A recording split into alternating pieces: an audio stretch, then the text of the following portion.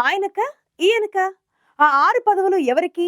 6 నెలలుగా ఎదురు చూపులే తప్ప అడుగు ముందుకు పడడం లేదు. తెలంగాణ కేబినెట్ విస్తరణ ఎందుకు ఆలస్యం అవుతోంది? విస్తరణలో ఏ ఏ వర్గాలకు ఛాన్స్ దక్కనుంది? నిజామాబాద్, ఆదిలాబాద్ జిల్లాలకు బెర్త్ కన్ఫర్మ్ అయినట్లేనా? మంత్రి పదవిపై గంపెడాశతో ఉన్న కోమటిరెడ్డి రాజగోపాల్ రెడ్డి ఆశలు ఫలిస్తాయా? ఎమ్మెల్సీ కోటాలో మంత్రివర్గంలో చేరేదెవరు?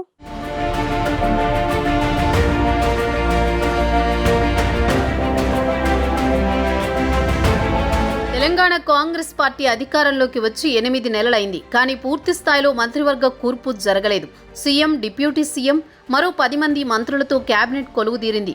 రేవంత్ రెడ్డిని సీఎం పదవి వరించింది. రెడ్డి సామాజిక వర్గానికి చెందిన ఉత్తమ్ కుమార్ రెడ్డి, కోమటిరెడ్డి వెంకటరెడ్డి, పొంగులేటి శ్రీనివాసరెడ్డి, బ్రాహ్మణ సామాజిక వర్గం నుంచి దుద్దిళ్ల శ్రీధర్ బాబు, వెలమ వర్గానికి చెందిన జూపల్లి కృష్ణారావు, కమ వర్గానికి చెందిన తుమ్మలకు మంత్రి పదవులు దక్కాయి. బీసీ కోటా నుంచి కొండా సురేఖ, పొన్నం ప్రభాకర్, దళిత వర్గాల నుంచి డిప్యూటీ సీఎం భట్టి విక్రమార్క, దామోదర్ రాజనరసింహ, గిరిజన కోటాలో సీతక్క మంత్రి పదవులు దక్కించుకున్నారు. మంత్రివర్గంలో ఇంకా 6గురికి అవకాశం ఉంది. కేబినెట్ విస్తరణ జరిగితే తమకు అవకాశం ఉంటుందని పలువురు ఆశావహులు ఎదురు చూస్తున్నారు.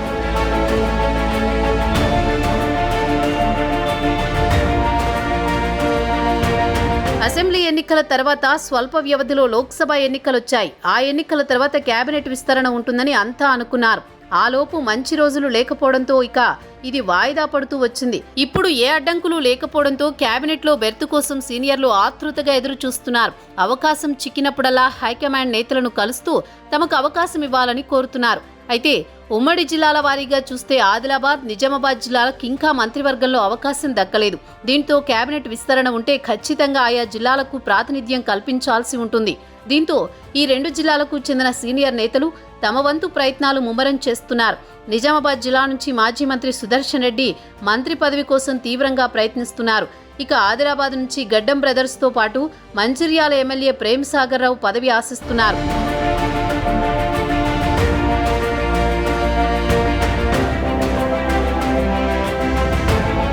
కేబినెట్లో మిగిలిన 6 బెర్తుల్లో ఒకటి బీసీ సామాజిక వర్గానికి కేటాయించే అవకాశం ఉందని భావిస్తున్నారు.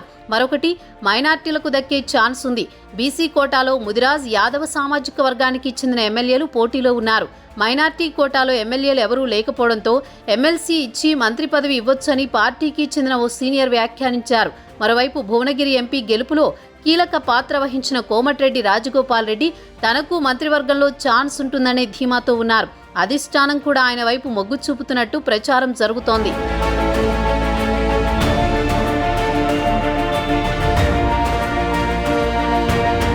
నిజామాబాద్ నుంచి సుదర్శన్ రెడ్డికి బెర్త్ ఖాయమని తెలుస్తోంది. ఆదిలాబాద్ నుంచి ప్రేమ్ సాగర్ రావుకు లైన్ క్లియర్ అయిందని సమాచారం.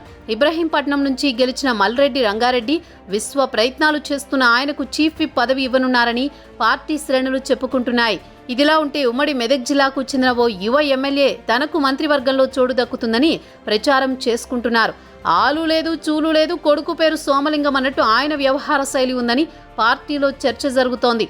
మంత్రివర్గ కూర్పుపై ఇప్పటికే CM Revanth Reddy, deputy CM Bhatti, Uttam Kumar Reddy Congress అధిష్టానంతో చర్చించారు. ఎవరిని తీసుకోవాలని అంశంపై ఇప్పటికే ఓ క్లారిటీకి వచ్చారని ప్రచారం జరుగుతోంది. అధినాయకత్వం నుంచి గ్రీన్ సిగ్నల్ రాగానే త్వరలోని పూర్తి స్థాయిలో మంత్రివర్గాన్ని విస్తరించనున్నట్లు పార్టీ వర్గాలు చెబుతున్నాయి.